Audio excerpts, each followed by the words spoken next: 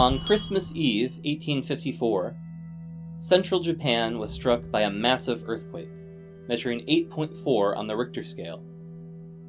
Some quick thinking by a soy sauce magnate named Hamaguchi Goryo saved most of the village in which he lived. It's an inspiring tale that's been told again and again, but each retelling has stepped further and further away from the facts. First, let's look at the true story, then examine the famous accounts that have spread the lies far and wide. Yuasa, in Wakayama prefecture, is famous for soy sauce production. Hamaguchi Goryo was president of the Yamasa Company, a soy sauce manufacturer that was already 200 years old at the time of the earthquake.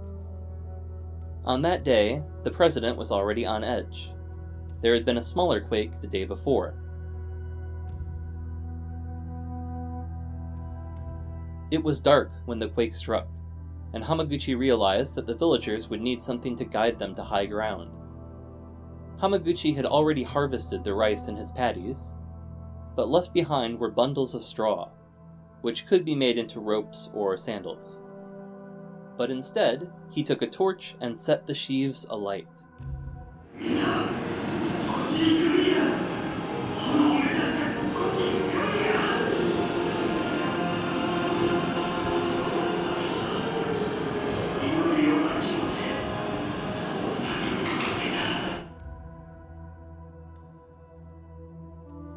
Hamaguchi's improvised plan was successful. The villagers followed the burning beacons all the way to the grounds of the town's shrine, which today is still designated as the tsunami evacuation point. About 90% of the villagers survived the tsunami. Hamaguchi went on to have a pleasantly eventful life. He served in positions in education and the government, and he holds the dubious honor of being possibly the first Japanese person to die in America. During his life, he was celebrated by the villagers, but it's not until after his death that Hamaguchi's popularity skyrockets.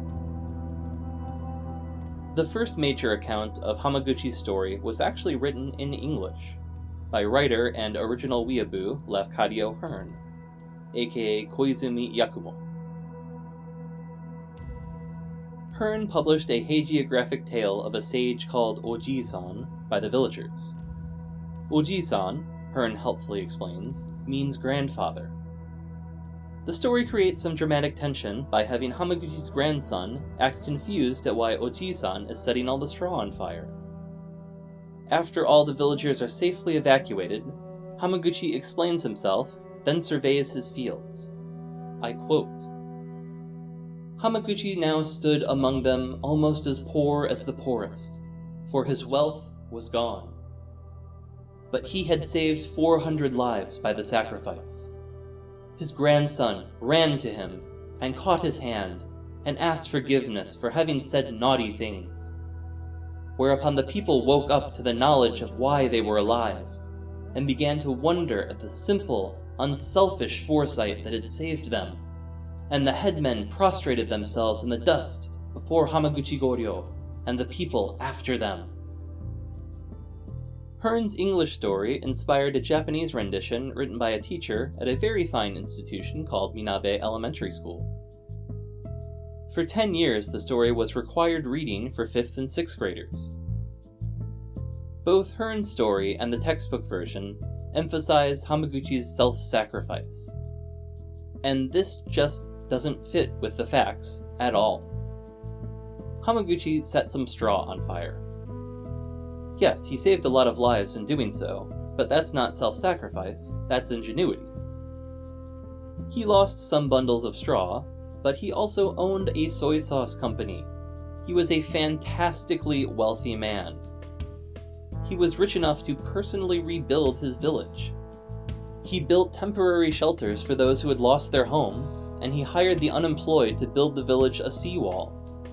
Now that's more akin to self-sacrifice, but those bits aren't even included in the stories. There are also basic factual details that are wrong. Hearn paints a picture of a village on the verge of a fall festival, not one in the dead of winter. He described the initial earthquake as not that strong, which is why the tsunami took the villagers by surprise. These details probably come from a more recent earthquake that Hearn had experienced. Hearn also repeatedly emphasizes Hamaguchi's age. He was an old man at the time of the occurrence that made him famous. Hamaguchi's keen old eyes were anxiously turned towards the village. Hamaguchi Goryo was 35 years of age at the time, and I'd really prefer we not start calling people who are 35 old. There's more that I could nitpick, but I think you get the idea.